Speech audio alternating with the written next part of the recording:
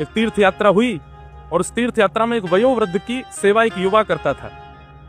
और उस युवा की तीर्थ यात्रा जब पूरी हुई तो वयोवृद्ध ने युवा को वचन दिया, वो तुमने मेरी इतनी सेवा करी है कि गांव लौट करके मैं अपनी नातनी का ब्याह तुमसे कराऊंगा। लौट करके जब वो लोग वापस आए उड़ीसा के किसी गांव में, युवा बालक ने वयोवृद्ध से कहा, आपने कहा था कि आप अपनी नातनी का ब्याह मुझसे कराओगे, करा दीजिए।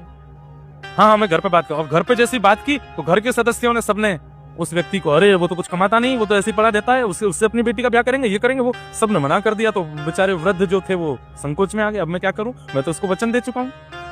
जब इतना प्रेशर पड़ा तो वयोवृद्ध ने भी मना कर दिया। वयोवृद्ध भी अड़ गए, नहीं मैंने नहीं कहा था। पंचायत बैठी तो पंचों ने कहा, भैया ये कह रहे हैं कहा था, तुम कह रहे हो नहीं कहा था, कैसे माने?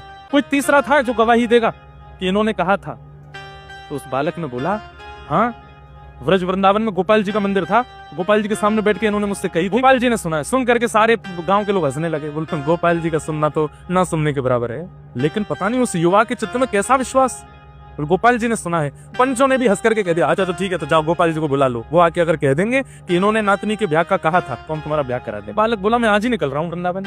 उस युवा ने जाकर के गोपाल जी को, हे गोपाल जी, आपने सुना था, उन वयोवृद्ध ने आपके सामने वचन दिया था कि वो अपनी नातनी का ब्याह मुझसे करेंगे, आप मेरे साथ चलो और वहां जाकर के सबको साक्षी दे दो कि हाँ उन्होंने कहा था। आपका तो गुरुदेव ठाकुर जी घर बस गया, मेरा बस जाएगा।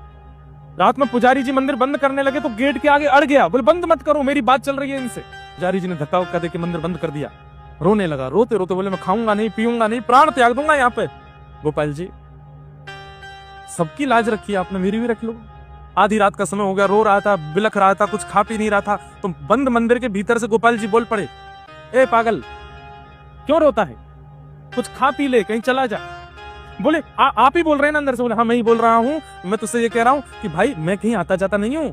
अंत में वो बोल गया, मुझे ब्याह नहीं करना है, लेकिन अब मेरे मन में इच्छा हो गई है कि मैं ठाकुर को ले जाऊं अपने गांव में जाके विराजमान, अब आप चल दो। ठाकुर बोले ठीक है मैं चल दूंगा, पीछे मुड़ के नहीं देखना, हाँ जब भोजन कराना होगा तभी मेरे सामने आना। और अर्धरात्रि में ही ठाकुर जी वर्षों से वृंदावन में सेवा करा रहे थे, अचानक से निकल गए, बैलगाड़ी पे बैठ गए, बोले चल ले चल अपने प्रांत में, तेरे यहाँ विराजेंगे। ऐसी उत्कल प्रांत में पहुंचे, समुद्री रेत, उसमें जैसे ही चलने लगे तो ठाकुर जी के नूपुरों में धूल भर गई, तो आवाज नहीं आई, तो उसको लगा पता नहीं ठाकुर जी रुक गए क्या पीछे। जैसे ही पीछे मुड़ के देखा तो ठाकुर जी तो त्रिभंग ललित श्याम सुंदर वहीं स्तब्ध हो गए। अब नहीं जाऊंगा आगे। तेने पीछे क्यों देखा? बोले आपके नूपुर की आवाज ही नहीं आई मुझे। ठाकुर जी बोले हम रेत भर गई है या हमारे ना आई। ठाकुर जी बोले हम तेरे काजे 1000 किलोमीटर चल के आ गए, गांव हमारे 5 किलोमीटर ना आ सके, उन तो कहते हैं यहीं आ जाएंगे। गांव में जाके हल्ला किया, बोले गोपाल जी आ गए, देखो साक्षी देने गोपाल जी आए। पूरा गांव इकट्ठा हुआ, आहा सबके नेत्र सजल हो गए, त्रिभंग ललित श्याम सुंदर मंद मंद मुस्का करके खड़े हैं और सबके सामने साक्षी दे रहे हैं।